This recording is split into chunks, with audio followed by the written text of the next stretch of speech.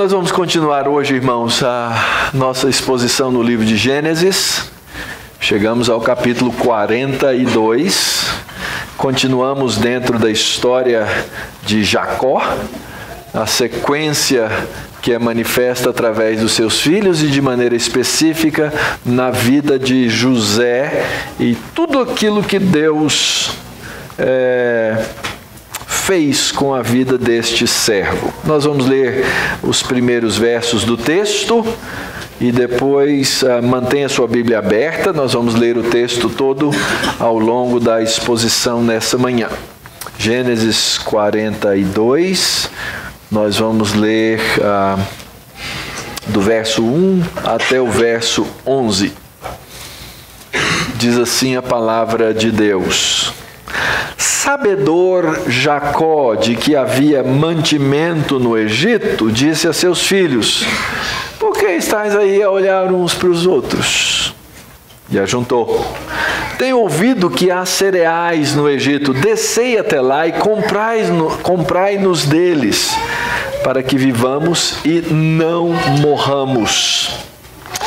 Então desceram 10 dos irmãos de José para comprar o cereal do Egito.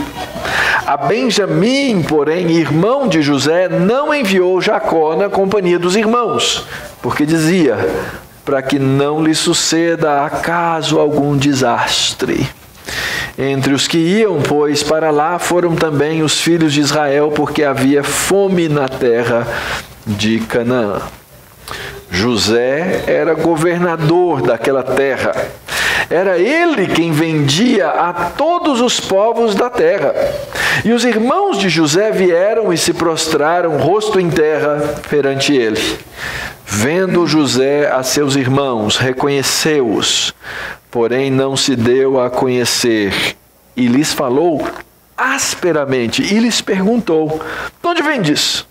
Responderam: da terra de Canaã, para comprar mantimentos. José reconheceu os irmãos, porém eles não o reconheceram. Então se lembrou José dos sonhos que tivera a respeito deles e lhes disse: vós sois espiões e viestes para ver os pontos fracos da terra. Responderam-lhe: não, senhor meu, mas vieram os teus servos para comprar mantimento. Somos todos filhos de um mesmo homem, somos homens honestos. Os teus servos não são espiões. Oremos. Senhor, diante da palavra, diante da Santa Escritura, essa que é a nossa única regra de fé e prática, nós pedimos a iluminação do Teu Espírito Santo. Confessamos a nossa incapacidade para entendê-la pelas nossas próprias faculdades. E rogamos, ó Deus, que o Teu Espírito Santo nos ilumine para entendermos a Tua vontade. Que as palavras dos meus lábios e o meditar do meu coração sejam agradáveis na Tua presença, Senhor meu, rocha minha, Redentor meu. Amém. Começamos lá atrás, no primeiro capítulo de Gênesis, quando a Escritura nos fala da criação de Deus. Vimos como Deus bondosamente fez todas as coisas e criou o homem à sua imagem, conforme a sua semelhança. Lhe deu várias responsabilidades e lhe deu um teste.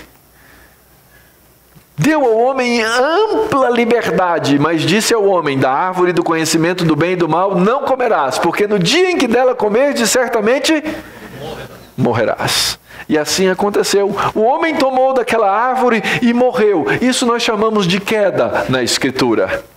O homem afastou-se de Deus, rebelou-se contra o Senhor, mas na sua graça infinda, Deus não se afasta do homem. Ele volta ao jardim, ele vem, ele confronta o pecado do homem e agora coloca diante do homem a sua graça maravilhosa. A isso nós chamamos de redenção. E essa história da redenção, ela começa no capítulo 3 de Gênesis e continua por toda a história. Nós estamos ainda vivendo a história da redenção. Aquela que está na Escritura está registrada, está revelada. A obra de Cristo, que é fundamental na obra da redenção, está consumada, está feita, mas os poderes daquela obra, a salvação, a conversão, a santificação dos homens, continua acontecendo. E acontece nos nossos dias com quem? Conosco. Nós somos parte da história da redenção de Deus. Você hoje sendo salvo, você é parte dessa história. Quando você prega o Evangelho, quando você fala da graça para as outras pessoas, você envolve essas pessoas na história da redenção de Deus, os traz para perto quando se convertem ao Senhor, quando conhecem a graça e a misericórdia de Deus. Os condena quando rejeitam. Aquilo que é para nós cheiro de vida, é para aqueles outros cheiro de morte. Rejeitam a graça, vivem longe da graça.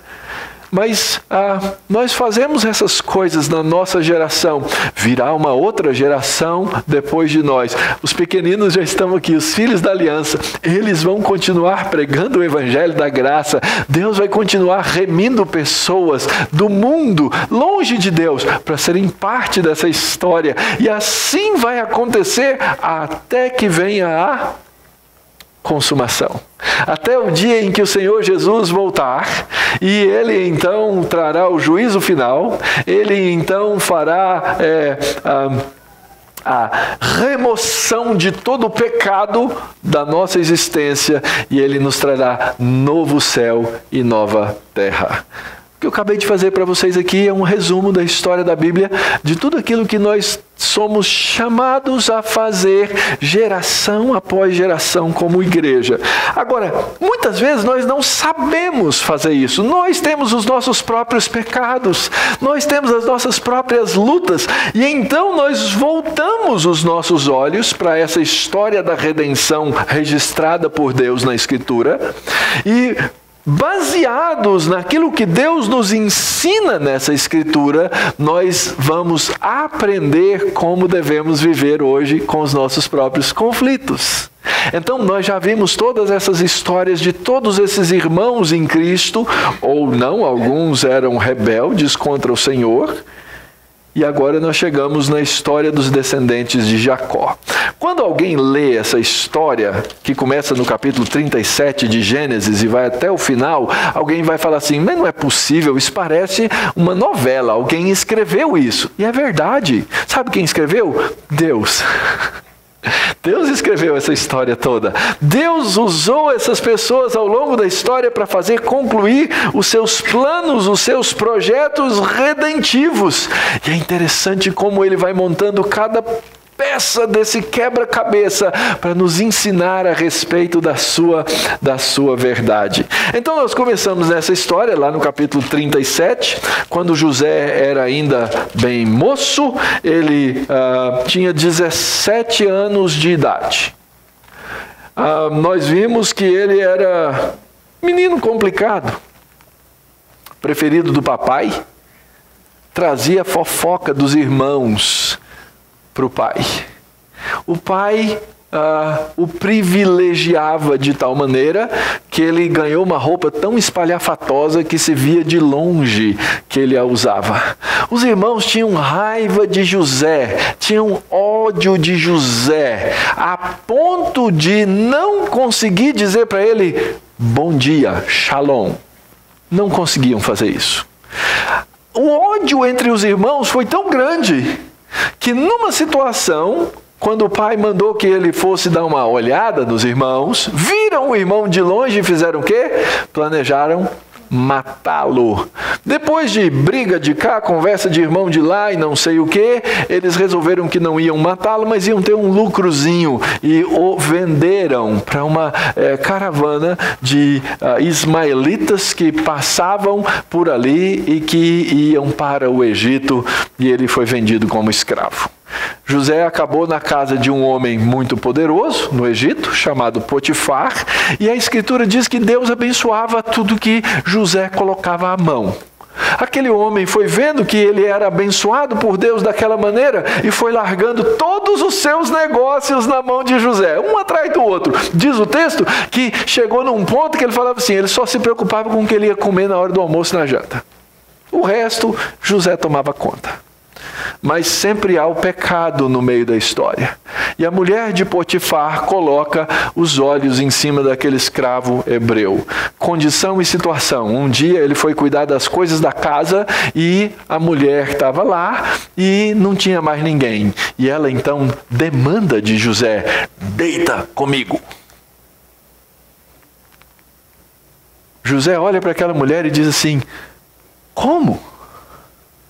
Como eu cometeria tal pecado? Primeiro contra o meu senhor aqui, que ele me confiou todas as coisas dele, só não me confiou a mulher dele. E como eu pecaria contra o meu Deus? Que depois de eu ter sido vendido como escravo, agora eu me tornei quase que o senhor dessa casa. Não vou pecar. E aí a gente conhece a história. A mulher ficou enraivecida, monta uma mentira contra José, toma ali a túnica e ele sai correndo para fugir daquela situação de potencial pecado.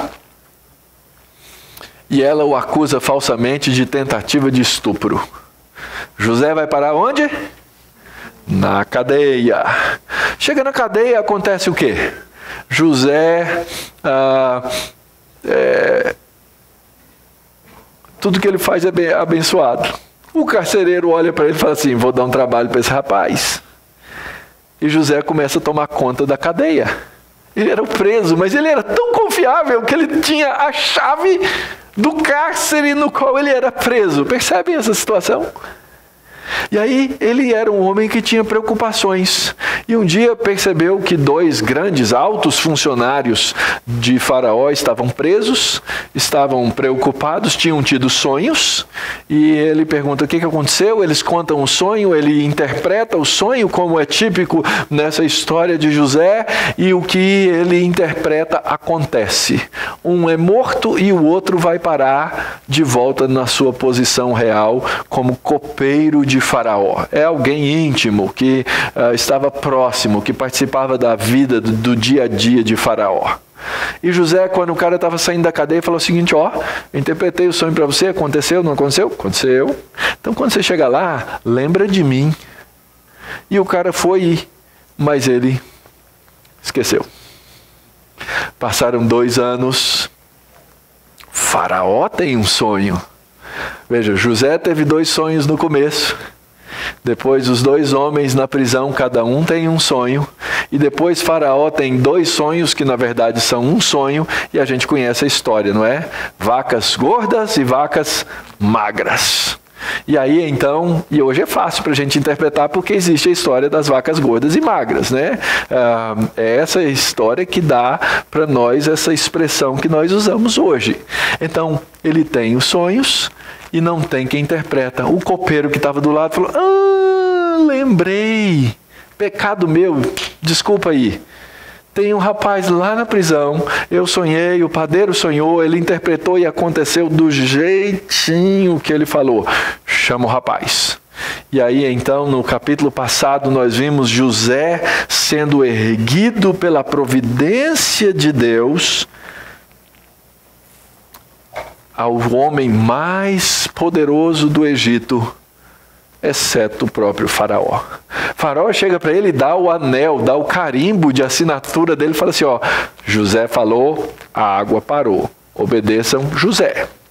E tudo aquilo que dentro do plano de José havia sido projetado acontece. Passam-se 7 anos em que o Egito tem abundância de cereais. Planta-se e colhe. Deviam usar maná. Lembra maná?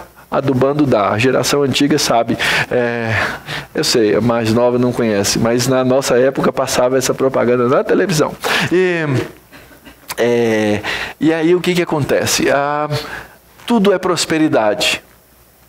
José no encargo das coisas, faz o quê? Cumpre o plano. 5% de tudo aquilo, 5% não, 1/5 de tudo aquilo que era plantado, era colhido no Egito, ele guarda em celeiros. Naqueles 7 anos está todo mundo gordinho, todo mundo tranquilo, só que chegam as vacas magras. E aí não há mais colheita. Resultado, todo mundo precisa vir ao Egito e todo mundo precisa vir a José para comprar cereais, porque é ele quem tinha guardado. Vamos fazer uma conta aqui, ok? José, no começo da nossa história, tinha 17 anos. Ele foi vendido entre mais ou menos nessa idade para ir para o Egito. Quando ele assume essa posição de governo no Egito, ele tinha 30 anos.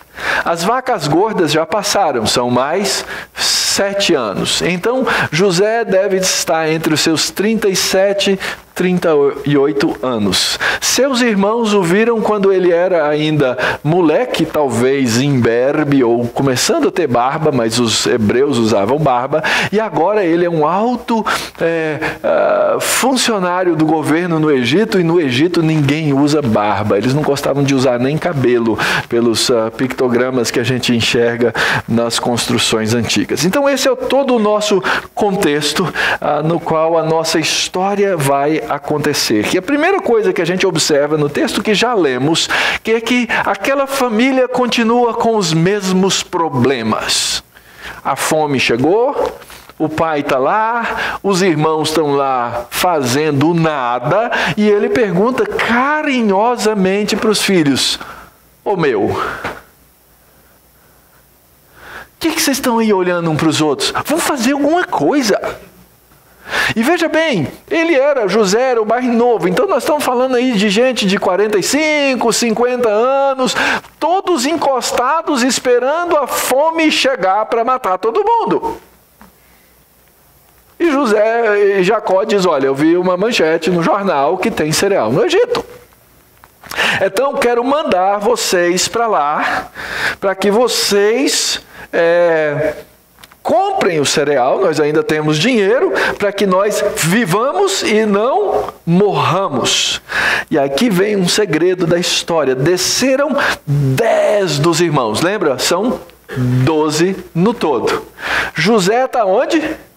No Egito. Então falta um para descer. Qual é que não desce? O irmãozinho mais novo de José, que era o filho da esposa amada de Jacó. Ele pensou: vou mandar, já aconteceu um acidente antes, morreu o meu filho preferido, agora eu não quero que o segundo morra de jeito nenhum. E então ele manda 10 dos seus filhos para o Egito. O texto no verso 5 conclui: entre os que iam, pois, para lá, foram esses filhos de Israel, porque havia fome na terra. A família não mudou muito, gente.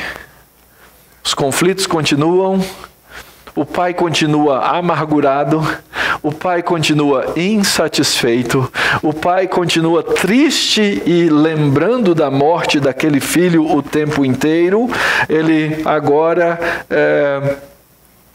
então protege um dos seus filhos naquela descida. Jacó continua com seus filhos queridinhos. Talvez eles tenham pensado assim: mesma coisa, hein? José não andava com a gente e agora o papai também não deixa Benjamim. Ele não confia em nós. Bem fazia em não confiar. Mas o fato é que ele tinha o seu filho preferido, o seu filho protegido, e isso a gente sabe nunca causa bem em casa nenhuma. Filhos gostam de se comparar. Isso é coisa terrível. E às vezes pais gostam de privilegiar. Então lá em casa não é que aconteça isso, mas eles dizem o tempo inteiro, né? Eu sou o preferido, eu sou o preferido, eu sou o preferido. Há uma disputa, eu sou o preferido da mamãe, eu sou o preferido do papai. Enquanto está na área da brincadeira, ok. O problema é que na hora que as coisas ficam sérias, esses sentimentos tomam conta do nosso coração e nós os assumimos como absolutamente verdadeiros, e quando nós os assumimos como verdadeiros, isso gera mais conflito, isso gera problemas na família, isso gera disfuncionalidade. No caso da família de Jacó, gerou ódio. E aí vem a grande ironia do texto. Os conflitos continuam, a fome chegou, eles precisam descer ao Egito, e aí José era o governador do Egito. Ele é que vendia todas as coisas. Então, chegava uma delegação estrangeira lá, ia ter que falar com quem? Com o grande chefe. E olha só, e os irmãos, verso 6, de José vieram e se prostraram rosto em terra perante ele. O que está acontecendo aqui, gente? O sonho do capítulo 37. José lembra do sonho, olha e conta os irmãos. 1, 2, 3, 4, 5, 6, 7, 8, 9, 10. Espera aí. No meu sonho tinha 11. Ele percebe que aquele sonho de Deus estava agora acontecendo, mas estava incompleto. No meu sonho tinha 11. Aqui só tem 10. Falta alguma coisa. Essa é a primeira grande ironia. O sonho lá de trás que os irmãos absolutamente duvidavam, o sonho que os pais duvidaram, agora começa a se completar na vida de José. Gente, de novo, como eu disse no comecinho, isso parece uma novela, não parece? E como eu disse para vocês, Deus escreveu essa história. Deus deu o sonho, Deus proveu as circunstâncias, Deus fez cumprir as circunstâncias. Esse é o primeiro ponto da grande ironia. Mas a grande ironia não termina aí. O texto diz assim, José então pergunta para eles, ele reconhece, lembra? 17, agora ele está com 30 e tantos anos de idade, mais de 37, 38, 39, e os irmãos não o reconhecem. Aquele cara mais velho, todo vestido de roupas reais. Se os pictogramas que a gente vê são reais, eles usavam maquiagem e etc e tal, não é? Não reconheceram o irmão. Ele olha, reconhece, pergunta, vocês vieram de onde? Eles, da terra de Canaã. Bom, é verdade. Vocês vieram fazer o quê? Comprar mantimento. Eu falei, estou sabendo. E então ele se lembra do sonho. Quando ele lembra do sonho, ele diz assim, vocês não acreditaram no sonho, vocês decidiram não acreditar no sonho, vocês são espiões, vocês vieram aqui para ver os pontos fracos da terra. E eles responderam, não, nós não temos interesse de tomar o Egito, nós somos todos filhos de um pai só. Ok, é verdade. Só que vem agora a segunda grande ironia. Nós somos homens honestos. Não somos espiões. Como é que José ia saber que eles não eram espiões, se eles sabiam que aqueles homens não eram honestos? Pensa um pouquinho na história deles. Eles só... pouca coisa, vai gente. História de vender um irmão, enganar o pai,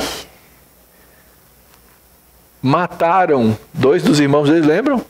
Mataram uma tribo inteira, Simeão e Levi.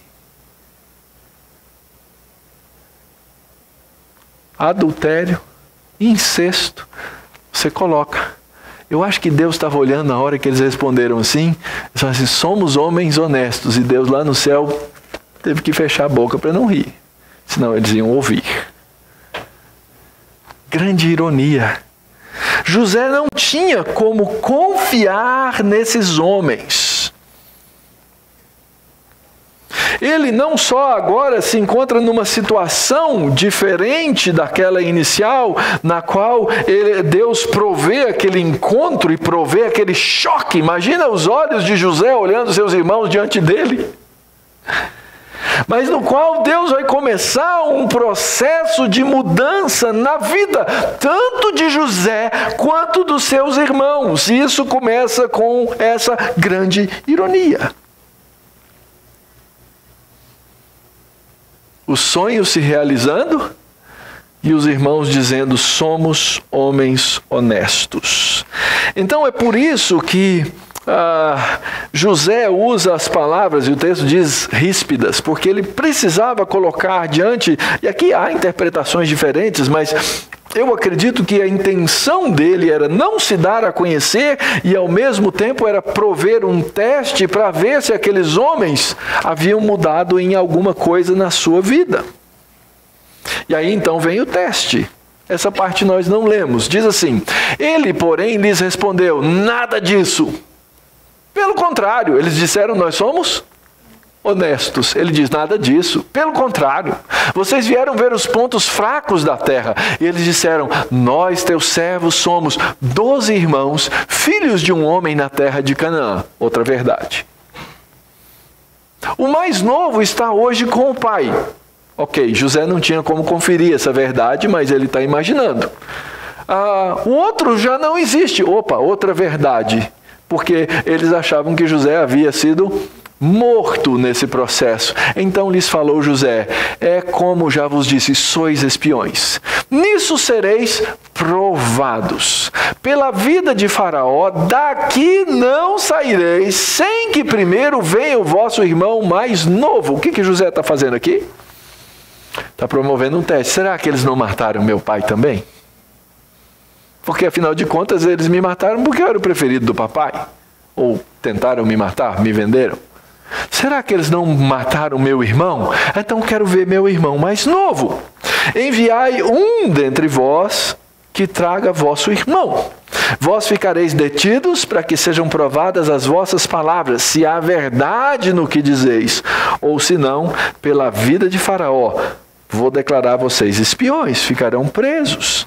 E os meteu na cadeia, juntos em prisão, por 3 dias. Então José aqui faz uma primeira ameaça contra eles. A ameaça ia colocar na cadeia é como se fosse uma artimanha para fazer aquele teste, mas quando a gente continua a leitura do texto, a gente começa a perceber que há uma transformação. A grande pergunta de José: será que eles mudaram? E aqui você começa a ler a respeito de transformações. Sabe qual é a primeira transformação? A primeira transformação é do próprio José. Vamos ler o texto e eu vou explicar para vocês. Ao 3º dia disse-lhes José: fazei o seguinte e vivereis, pois temo a Deus. Se sois homens honestos, fique detido um de vós na casa de vossa prisão. Vós outros ide, levai cereal para suprir a fome das vossas casas, e trazei-me o vosso irmão mais novo, com o que serão verificadas as vossas palavras, e então não morrereis. E eles se dispuseram a fazê-lo. Então disseram uns aos outros: na verdade somos culpados no tocante a nosso irmão, pois lhe vimos a angústia da alma quando nos rogava e não o acudimos, por isso nos vem essa ansiedade. Respondeu-lhes Rúben: não vos disse eu, não pequeis contra o jovem? E não me quisestes ouvir, pois vedes aí que se requer de nós o seu sangue. Eles, porém, não sabiam que José os entendia, porque lhes falava por intérprete, e retirando-se deles, chorou, depois, tornando-lhes, falou. Tomou a Simeão dentre eles e o algemou na presença deles. No que José está sendo transformado aqui, irmãos? No primeiro sonho, ele foi um moleque cheio de vanglória. Contou provavelmente sem sabedoria para os irmãos e para os pais, como que querendo irritá-los. Olha, eu sonhei, não sei interpretar, né? Mas olha, eu sonhei que eu estava em pé e os 12 se dobravam diante de mim. Depois ele vem com outro sonho: ó, sonhei que as estrelas, o sol e a lua, todos se dobravam diante de mim. Ele era um homem de vanglória. Depois, quando ele é preso e ele toma conta da cadeia, ele ouve os sonhos do padeiro e do copeiro, O que ele faz? Ele faz corretamente, ele amadureceu, mas quando o rapaz estava saindo, ele fala assim, ó, lembra de mim. Quem sabe eu tiro ainda alguma vantagem desse processo. Quem sabe eu consigo sair daqui dessa cadeia. Quando ele finalmente, 2 anos depois, interpreta os sonhos de Faraó, é interessante, o coração de José está diferente. Ele não pede, olha, se o senhor me deixar encargo desse negócio, eu tomo conta, vai ser bom. Nada. Ele tem um projeto, ele tem um plano, ele coloca diante de, se o senhor fizer isso, vai dar certo. Mas o plano dele era para o serviço dos outros. Ele não pediu nada para ele. Ele chega àquela posição sem pedir. Ele chega àquela posição sem vanglória. Ele chega àquela posição reconhecendo que quem faz essas coisas na vida de alguém é o próprio Senhor. E aqui agora ele ouve os irmãos, ele reconhece os irmãos estão falando em hebraico, ele está falando na língua dos egípcios, ele fala com o intérprete para não ser reconhecido. Ele podia ter virado para os irmãos e falar assim, eu não falei o meu sonho, né? Nada disso. A sabedoria demanda dele agora que ele haja de uma maneira que ele possa testar e de uma maneira que ele possa aprender o caminho de perdoar. Aqui é a parte difícil, irmãos. Deus está abrindo uma porta para o perdão. Deus promoveu esse encontro. Deus projetou esse encontro. Deus deu o sonho. Deus pré-anunciou por alguma razão. E agora que José está no pináculo da sua carreira, de importância, de poder, de tudo, é quando ele podia pisar em quem ele quisesse. Mas é a hora que Deus coloca na frente dele a oportunidade de ser servo. Tinha um pastor, quando eu era seminarista, ele me dizia assim, eu sei que você hoje é muito bonzinho, eu quero ver quando você tiver autoridade como você vai agir. Porque quando nós temos alguma autoridade, quando nós temos algum poder na mão, é que se revelam as nossas maiores fraquezas. E eu conheço muita gente assim. Daqui para cima todo mundo é bem tratado. Daqui para baixo é na ponta, no bico do sapato. Isso não corresponde ao caráter dos servos de Deus. É interessante que o próprio teste de José, que a princípio ele tacou todo mundo na cadeia, agora se torna um teste de misericórdia. Eu vou fazer o seguinte, eu vou vender o cereal para vocês, eu vou mandar vocês para a terra de volta, vocês vão salvar as pessoas que estão passando fome, ajuntem e montem os seus jumentos, coloquem o cereal em cima, eu vou deixar um aqui para testar se é verdade. José sabia que os anos de vacas magras ainda seriam longos, ele estava sofrendo um risco. Ele falou assim, já me venderam, para eles largarem um aqui não custa nada, mas eu vou descobrir a verdade dessa maneira. E ele não tinha intenção de matar esse que ficou para trás, ele tinha tempo nas suas mãos. E ele mostra misericórdia nessa segunda audiência que ele tem com seus irmãos. Começa aqui, queridos, uma transformação que vai levar a um caminho de perdão. Verso 25, ordenou José que lhes enchessem de cereal os sacos e lhe restituíssem o dinheiro, porque aí eles teriam como voltar de novo, quem sabe para comprar teu dinheiro, ou quem sabe com um peso de consciência. Foi um jogo duplo aqui. Restituíssem o dinheiro a cada um no saco de cereal e o suprissem de comida para o caminho, e assim lhes foi feito. E carregaram o cereal sobre os seus jumentos e partiram dali. Saíram em viagem. Ora, o que nós vemos aqui, queridos, em primeiro lugar, é que esse homem todo-poderoso, depois de ouvir os irmãos dizerem, somos culpados, porque foi isso que eles fizeram, ele poderia, então, se vocês têm culpa, vocês realmente merecem a pena, e eu vou aplicá-la a vocês. Mas José aqui estava reconhecendo uma coisa importante, queridos, que nós precisamos reconhecer. Quem sabe a distinção entre perdão e reconciliação. Eu creio que aqui os irmãos, de certa forma, já estavam perdoados. Ele não estava disposto a se reconciliar com eles. E eu acredito que existem situações na vida em que as reconciliações se tornam praticamente impossíveis. Porém, não o perdão. Não saber perdoar. Até quem jogou você no fundo do poço, até quem vendeu você para uma outra nação, nunca faria bem para a alma de José. Nunca. Porque toda falta de perdão é um ajuntamento de rancor. E rancor não faz mal para o outro. Rancor faz mal para mim.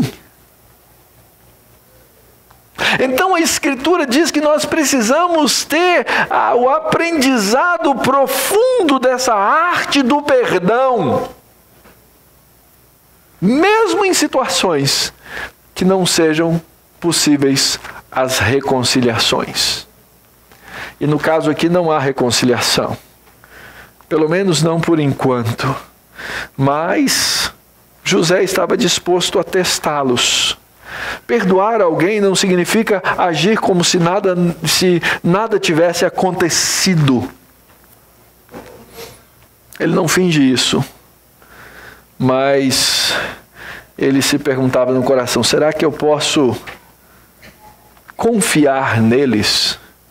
Porque o caminho do perdão começou aqui. O que José então sabiamente faz? Ele coloca mais um teste diante dos irmãos. Verso 27.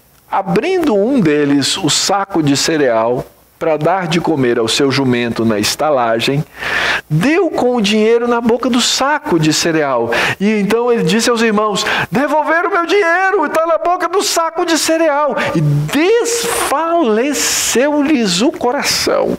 E atemorizados, entreolhavam-se dizendo, que é isso que Deus fez conosco.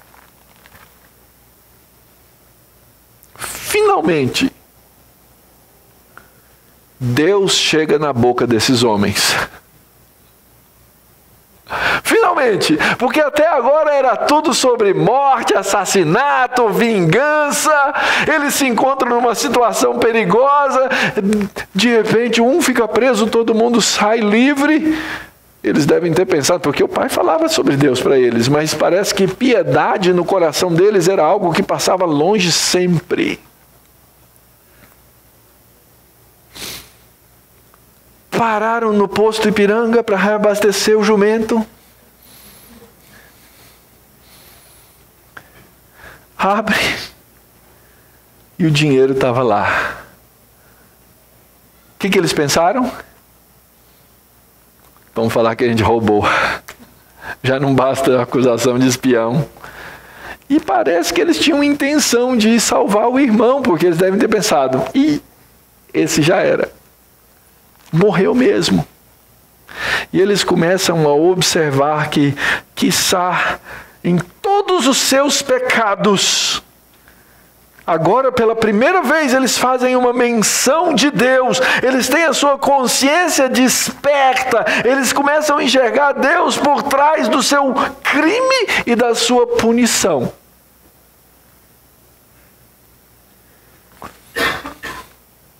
E é interessante.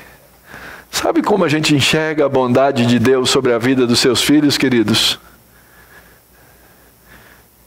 É quando Ele nos confronta com os nossos pecados. Porque se Ele não confrontasse, seríamos bastardos. Mas um pai amoroso não deixa o filho pecar dessa maneira. Só que agora o teste dos irmãos aumentou de grau, porque agora eles vão ter que voltar para lá, trazer o irmão que o pai não ia querer deixar levar, e ainda iam ter que chegar com a cara lavada e dizer o seguinte: ó, não sei o que aconteceu. O saco estava com cereal e com dinheiro na boca. E eles poderiam ser acusados e presos e mortos. A grande pergunta, que é a pergunta que José fazia no seu coração, é: será que eles vão voltar? E se você lembrar de uns versos atrás, quando ele ouve os irmãos percebendo, conversando entre si na língua hebraica sobre o que havia acontecido, José não aguenta a cena, ele sai da cena, ele vai para o quartinho real, dá uma chorada e volta. Transformação acontecendo com José, transformação acontecendo com os irmãos colocados numa situação difícil. Será que eles voltam, gente? Essa seria a cena do próximo capítulo, não é? Será que eles vão voltar? Ora, os filhos chegam em casa. Vieram a Jacó, seu pai, na terra de Canaã. Lhe contaram tudo o que lhes acontecera, dizendo: o homem, o senhor da terra, o cara importante, falou conosco asperamente, nos tratou como espiões da terra. Dissemos-lhe: somos homens honestos. O pai deve ter colocado a mão na cara, não é possível. E vocês queriam que ele não percebesse? Somos homens honestos. Não somos espiões. Somos 12 irmãos, filhos de um mesmo pai, um já não existe, referindo-se a José, eles tomavam a morte de José como verdade, e o mais novo está hoje com o nosso pai na terra de Canaã. Respondeu-nos o homem, o Senhor da terra: nisto conhecereis que sois homens honestos. Quem sabe vocês mudaram. Deixai comigo um de vossos irmãos, tomai o cereal para remediar a fome de vossas casas e parti. Trazei-me vosso irmão mais novo, e assim sabereis que não sois espiões, mas homens honestos. Então vos entregarei o vosso irmão e negociareis na terra. Eles voltam. Lembra quem é que trazia as notícias? Era José. José não mais, agora eles precisam contar eles mesmos. E ele conta então que conheceram esse homem poderoso. Obviamente eles não o reconheceram. E eles então fazem esse relato que é real, honesto, do que havia acontecido. E aí então surge o obstáculo. Verso 35. Aconteceu que, despejando eles os sacos de cereal, eis que não era só aquele que tinha aberto, eis que cada um tinha a sua trouxinha de dinheiro no saco de cereal. E viram as trouxinhas com o dinheiro, eles e seu pai, e temeram. Então lhes disse Jacó, seu pai: vocês já me privaram de filhos. José já não existe, Simeão ficou preso, não está aqui, e agora ides levar a Benjamim. Todas essas coisas me sobrevêm. Mas Rúben disse a seu pai: mata os meus 2 filhos, se eu não tornar a trazer, entrega-mo e eu te restituirei. Ele, porém, disse: meu filho não descerá convosco, seu irmão é morto, e ele ficou só. Se lhe sucede algum desastre no caminho por onde fordes, fareis descer as minhas cãs com tristeza à sepultura. A misericórdia de José havia feito com que ele colocasse o dinheiro de volta, mas também havia colocado todos eles numa situação e num teste maior ainda. São honestos? Vão ter que voltar aqui. Vão ter que dizer que o dinheiro estava em cada um daqueles sacos de cereal. E vão ter que dar a explicação verdadeira. Mais um obstáculo para que eles voltassem. E aqui você vê então um ciclo. Eles saem de Canaã, ordenados pelo seu pai, voltam agora para Canaã, depois de passar pelo Egito, e seu pai se enche de autopiedade. Nada mudou com Jacó. Lembra que lá atrás eu falei, está havendo transformação com José? Está havendo transformação com os irmãos? Mas o pai continua o mesmo. Tudo é com relação a ele. Ah, é o meu filho. Ah, é meu. Ah, é o meu. E eu acredito que muitas vezes esse é o nosso grande problema, queridos. Nós não nos enxergamos na história de Deus. Nós nos achamos vítimas de Deus. Nós não entendemos a nossa reação ou nossa relação com Deus como uma relação na qual Ele nos trouxe para uma posição muito melhor da que nós estávamos. Não, a gente gosta de reclamar de Deus. Como eu sou pobrezinho, como eu sou coitadinho, perdi meu primeiro filhinho, perdi o segundo aqui, agora vocês querem levar o terceiro. Nós não nos enxergamos na grande história de Deus. Nós queremos montar uma história em torno de nós mesmos. Eu gosto de ser o centro do universo, não só do meu, mas das pessoas à minha volta. Sabe quem é a pessoa mais importante aqui? É o Mauro. Sabe quem é a pessoa mais importante na minha casa? É o Mauro. Sabe quem é a pessoa mais importante na minha escola? É o Mauro. E como eu digo, esse é o verso da Denise, basta o dia o seu próprio Mauro, né? Ela não fala isso, mas eu achei que a piada era boa.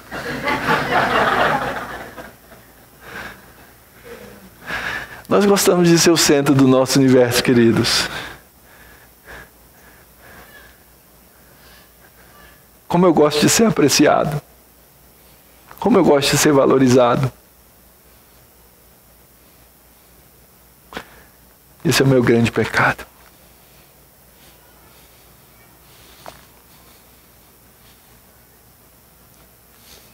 E se você é parte da mesma raça caída que eu sou, você não é diferente de mim. Esse é o ponto. A história não é a nossa história. A história é a história de Deus. A pergunta não é, Deus, o que o Senhor vai fazer na minha história? A pergunta é, Deus, o que eu fui chamado pelo Senhor para fazer na tua história? Isso vai mudar a sua perspectiva. Isso vai mudar a sua maneira de agir. Isso vai mudar a sua maneira de enxergar a história, as coisas, as relações com o mundo, com as pessoas, com a vocação que você tem. Não pergunte como você pode ser servido. Olhe para a Escritura e pergunte ao Senhor, Senhor, como o Senhor quer que eu sirva? E aí nós vamos começar a entender o que José começou a entender.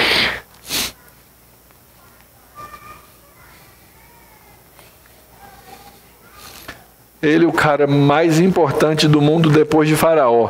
Sabe o que eu ia ficar pensando lá nos meus pecados? Falei assim, podia dar uma rasteira nesse Faraó, hein? Fala sério. Vou puxar o tapete dele.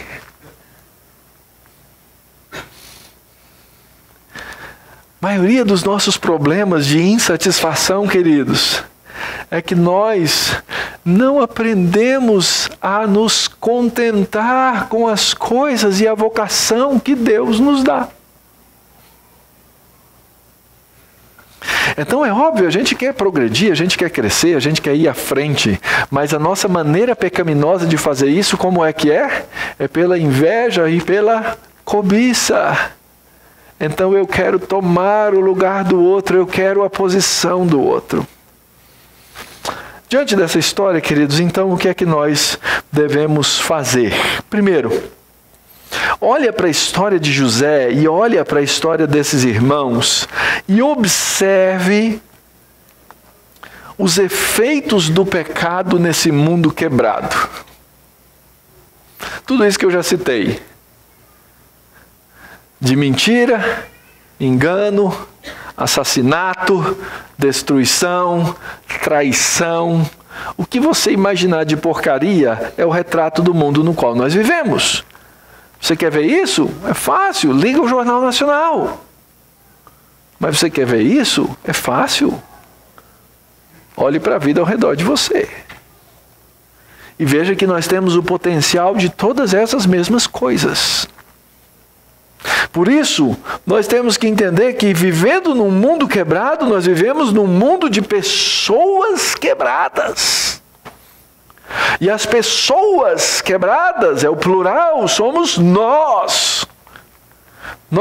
Nossa tendência é de olhar para o outro como quebrado, mas os quebrados somos nós.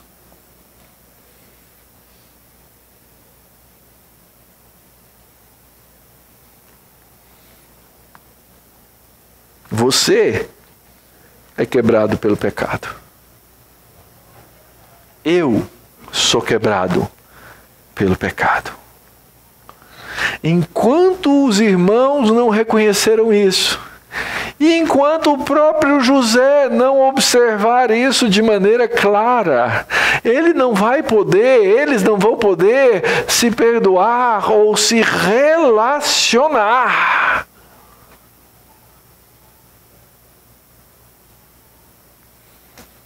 E eu não sei quais são as quebras que você tem na sua vida, mas cada um tem uma história. E à medida que eu conto a minha história e ouço a história dos outros, eu fico pensando assim, será que existe alguém normal? E o fato, queridos, é que todos somos quebrados. Então deixa eu terminar dando para você aqui a boa nova. Nós, porque vivemos num mundo quebrado, recebemos um Salvador do mundo.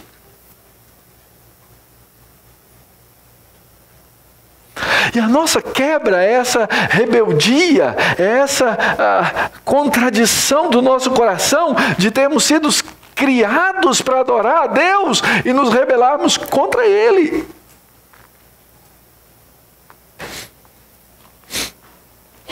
E se vivemos num mundo de pessoas quebradas, existe um que veio ao mundo para salvar pessoas.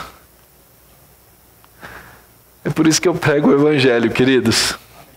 Não é por causa da minha autoconfiança. Eu não sou autoconfiante coisa nenhuma. Não é por causa do poder de persuasão. Não é pela qualquer capacidade que porventura haja de fazer um discurso. Sabe por quê? É porque a Escritura me diz, sola a Escritura, o Evangelho é o poder de Deus para a salvação. Eu posso pregar esse Evangelho porque esse Salvador do mundo é um Salvador das pessoas, e esse Salvador das pessoas é um Salvador para você. Porque você não vai aprender perdão, você não vai aprender reconciliação antes que Ele te reconcilie com Deus. E talvez você tenha chegado aqui nessa manhã exatamente nessa posição e nessa carência. Necessitado de ser reconciliado com o Criador do Universo por meio de um Filho que Ele enviou para morrer no seu lugar. Alguém que não perguntou se você queria ser perdoado. Mauro, você quer ser perdoado? Mauro, você quer ser reconciliado? Mauro, Deus não me perguntou nada, Ele fez. E a mim cabe a gratidão a Deus, a minha resposta de amor a esse Cordeiro, que no plano soberano de Deus vem trazendo boas novas a José, vem trazendo boas novas aos seus irmãos e vai trazer boas novas aos seus pais.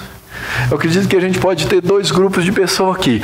Vários, a maioria, eu acredito, conheceu Jesus Cristo e Jesus Cristo é o seu Salvador.